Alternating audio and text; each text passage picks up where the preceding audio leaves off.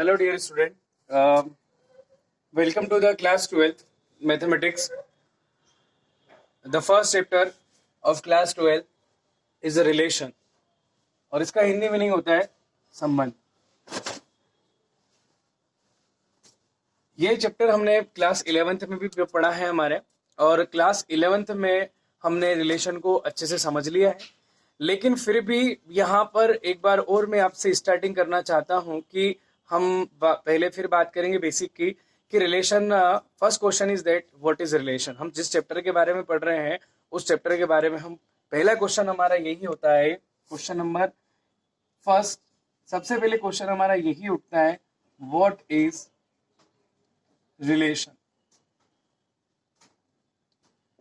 Hindi meaning इसका अपन अच्छी तरीके से जानते हैं और हम बता भी सकते हैं कि जैसे कि रिलेशन जो होता है वो यूं कह सकते हैं कि कोई दो लड़के हैं तो उनमें दोनों में दोस्त का रिलेशन हो सकता है, या एक दोनों लड़कियां हैं तो उन दोनों लड़कियों में मित्र का रिलेशन हो सकता है ना, फ्रेंड्स का रिलेशन हो सकता है, दोनों बहनें हो सकती है ना, और एक लड़का एक लड़की हो तो वो भाई बहन हो सकते हैं. इस टाइप का हम रिलेशन पहले भी पढ़ चुके हैं. अब यहाँ पर रिलेशन के इन सभी बेसिक आइडियाज को लेकर हम फिर बात करेंगे. रिलेशन को पढ़ने से पहले हमें एक बात जरूर याद होनी चाहिए कि सेट का कार्टेशियन प्रोडक्ट क्या होता है. रिलेशन, क्योंकि रिलेशन को पढ़ने से पहले हमको कार्टेशियन प्रोडक्ट अच्छे से समझ में आना चाहिए. Cartesian product of two sets. हमने पिछली बार कार्टेशियन प्रोडक्ट पढ़ा है दो सेट का और अच्छी तरीके से जानते हैं कि वो कार्टेशियन प्रोडक्ट जो होता है वो क्या होता है. मैं एक बार फिर से स्टार्टिंग करता हूं. एग्जाम्पल रिलेशन के लिए हम अभी इसकी डेफिनेशन को रोकते हैं और उससे पहले हम बात करते हैं Cartesian product of two sets. Cartesian product of two sets. अब Cartesian product of two set पढ़ रहे हैं तो सबसे पहले हमको बात करनी पड़ेगी यहाँ पर टू सेट्स की. तो let A is a set. A कोई सेट है जिसके अंदर हम एलिमेंट ले लेते हैं 1 और 2, and B is another set. B कोई अनदर सेट हो गया जिसमें हम एलिमेंट ले लेते हैं 3 और 4. समझिएगा हम क्या पढ़ने जा रहे हैं, हम रिलेशन पढ़ने जा रहे हैं. रिलेशन से पहले क्या पढ़ना पड़ेगा, रिलेशन से पहले कार्टेशियन प्रोडक्ट पढ़ना पड़ेगा. बहुत सिंपल है. A contains the element 1, 2 and B contains the element 3, 4. और आप अच्छे से जानते हैं कि कार्टेशियन प्रोडक्ट क्या होता है A और B का. A और B का कार्टेशियन प्रोडक्ट को लिखते हैं हम A क्रॉस B से.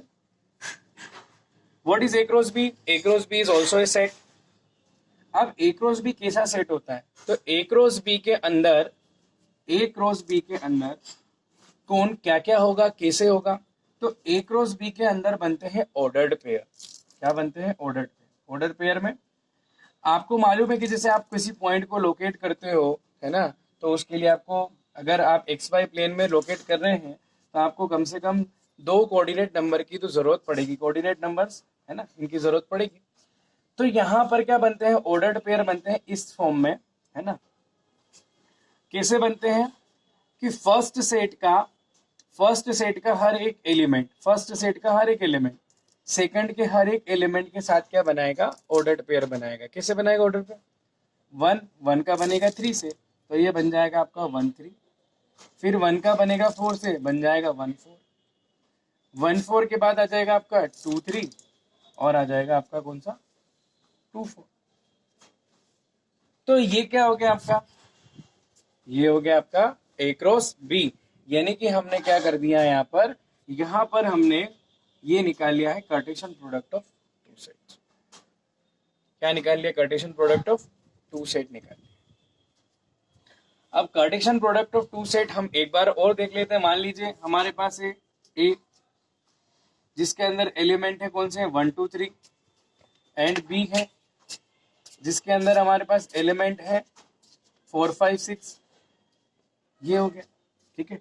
तो A cross B Cartesian product में हम क्या करेंगे, ऑर्डर्ड पेयर बनाएंगे. ऑर्डर्ड पेयर कितने बन जाएंगे आपके, तो ऑर्डर्ड पेयर आपका बनेगा, ये देखिए 1 4, फिर आ जाएगा 1 5 1 6, 2 4 2 5, ये आ जाएगा आपका 2 6, फिर आ जाएगा आपका कौन सा 3 4 3 5, और आ जाएगा आपका कौन सा 3 6। ऐसे हम निकालते हैं Cartesian product of two sets. दो सेट का हम क्या निकाल लेते हैं, इसे कार्टेशियन प्रोडक्ट निकालते हैं। अब रिलेशन क्या होता है, तो रिलेशन जो होता है, जब हम किसी सेट पर रिलेशन बताते हैं, इंडिकेट करते हैं, तो रिलेशन जो होता है, जिस सेट पर भी रिलेशन अप्लाई हो रहा है ना, रिलेशन जो होता है जिस सेट पर भी अप्लाई हो रहा है, जैसे ए से बी पर अगर रिलेशन लग रहा है, ठीक है, या ए पर ही रिलेशन लग रहा है।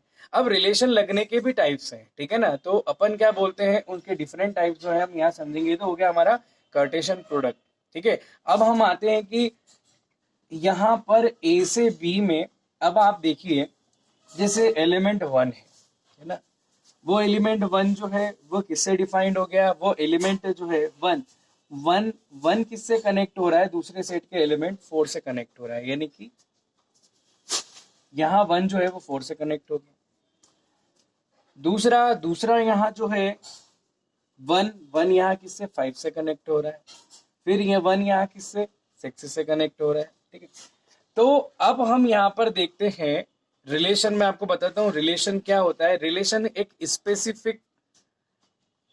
स्पेसिफिक जो होता है, एक रूल लिखा जाता है, एक नियम लिखा जाता है, उसके अकॉर्डिंग हम अगर ए से बी पर अगर कोई रिलेशन है, जैसे मान लीजिए ये हमारा सेट ए है, ये कौन हो गया, सेट बी हो गया, है ना।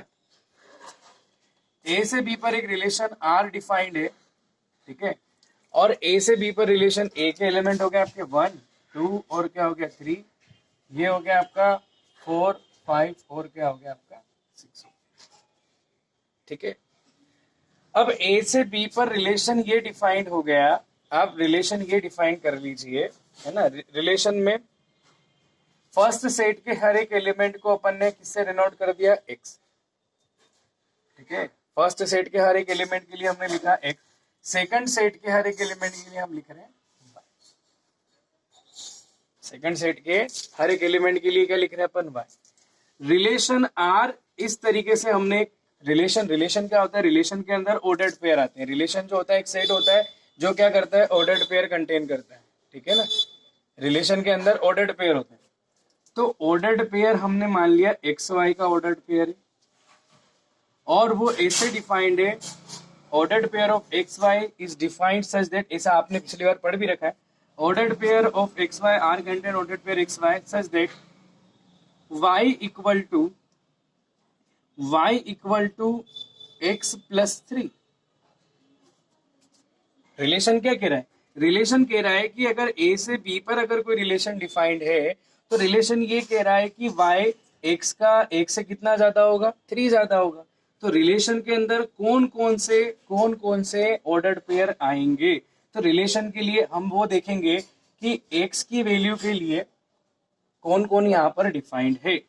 x की वैल्यू जब होगी 1, x की वैल्यू 1 होगी, तो यहाँ कौन आ जाएगा 4, 1 4 आ जाएगा, ठीक है। x की वैल्यू अगर होगी 2, जब x की वैल्यू 2 थी तो 2 से 3 ज्यादा तो 5, तो ऑर्डर्ड पेयर कौन सा मिल जाएगा 2 5। फिर x की वैल्यू कितनी 3, तो y की वैल्यू हो जाएगी 6। तो इस तरीके से ये कितने ऑर्डर्ड पेयर हो गए, केवल 3 ऑर्डर्ड पेयर जो है वो इस रिलेशन के अंदर आते हैं। अब ये रिलेशन के अंदर ये जो ऑर्डर्ड पेयर आ रहे हैं, है ना, ऐसा लगता है कि जैसे ये सारे ऑर्डर्ड पेयर जो है वो हमने कहाँ से लिए हैं, ए क्रॉस बी से लिए, क्योंकि इसमें 1 4 भी है, इसमें क्या है 2 5 भी है, और इसमें क्या है 3 6 भी है, ठीक है। तो ऐसा लगता है कि जैसे ये सारे ऑर्डर्ड पेयर हम कहाँ से लेके आए हैं, ए क्रॉस बी से लेके आए। तो इसका मतलब ये क्लियर हो गया है यहाँ पर कि जब किसी सेट से कुछ ऑर्डर्ड पेयर लेकर एक और नया सेट बना दें तो ये नया सेट क्या कहलाता है, ऊपर वाले का सबसेट कहलाता है। सबसेट आपने पढ़ रखा है, सबसेट की डेफिनेशन भी आपने पढ़ रखी है। तो हमने यहाँ से हमारे पास ए क्रॉस बी से कौन कौन आ गया आर के अंदर, ए क्रॉस बी से हमारे पास आ गया है कौन आ गया, एक तो 1 4 आ गया है, एक और कौन आ गया 2 5 आ गया, और एक और कौन सा आ गया 3 6 आ गया यहाँ पर ऑर्डर पे। ठीक है, तो इसका मतलब ये हो गया therefore R is a subset of, R is a subset of A cross B, R is a subset of A cross. तो एक यहां से रूल बनता है कि जब भी हम ए से बी पर या ए से ए पर, है ना, जैसे रिलेशन इन ए लिखा है तो यानी कि ए से ए पर यानी ए क्रॉस ए में वो रिलेशन आपका क्या किया गया है, डिफाइन किया गया। ठीक है, तो यहां से ये बात पता चलती है कि व्हाट इज रिलेशन। तो relation is a subset of, क्या लिखेंगे अपन, relation is a subset of, relation is a subset of Cartesian product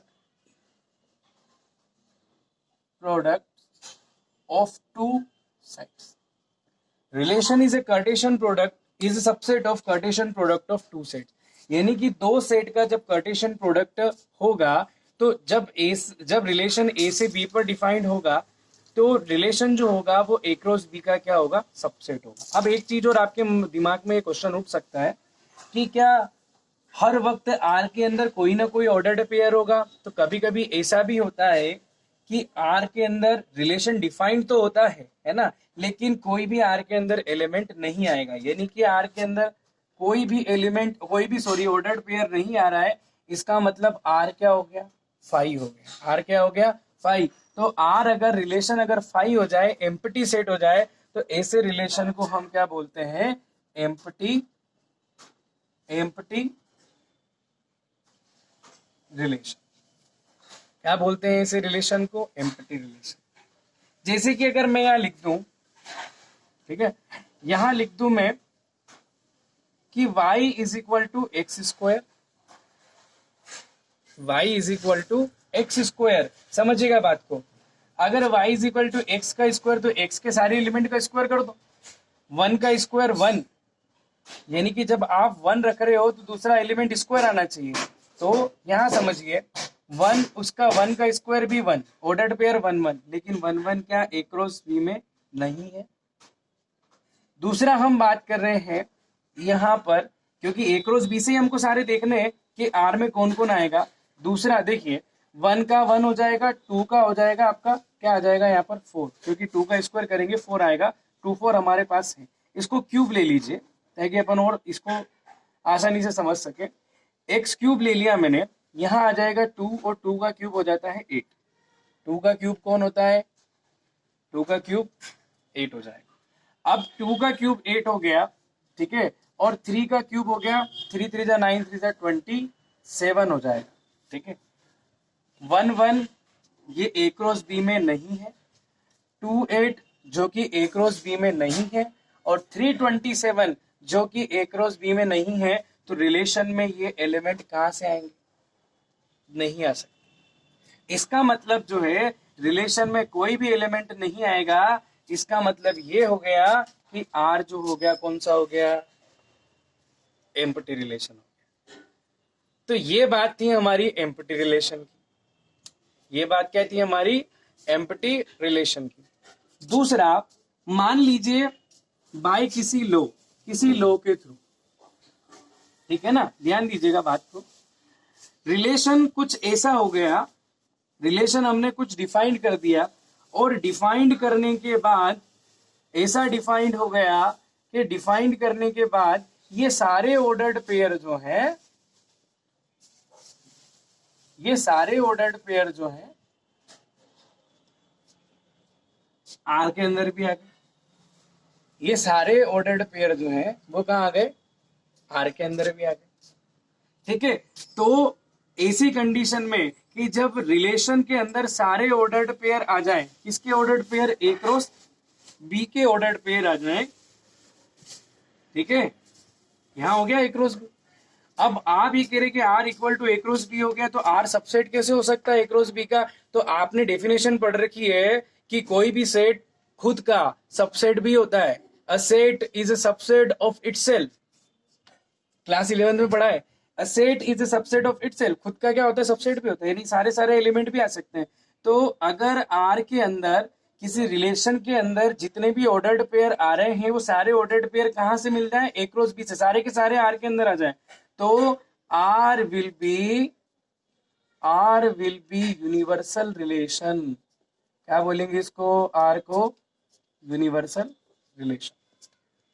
तो दो रिलेशन आपको समझ में आए हैं। पहला था हमारा एम्प्टी रिलेशन, एम्प्टी यानी कि ए क्रॉस बी तो मिलेगा, ए क्रॉस बी तो हम निकाल सकते हैं, लेकिन उसके ऊपर जो रिलेशन डिफाइन किया गया है उसके अकॉर्डिंग कोई भी ऑर्डर्ड पेयर अगर आर में नहीं आएगा तो इसका मतलब वो एम्प्टी रिलेशन हो जाएगा।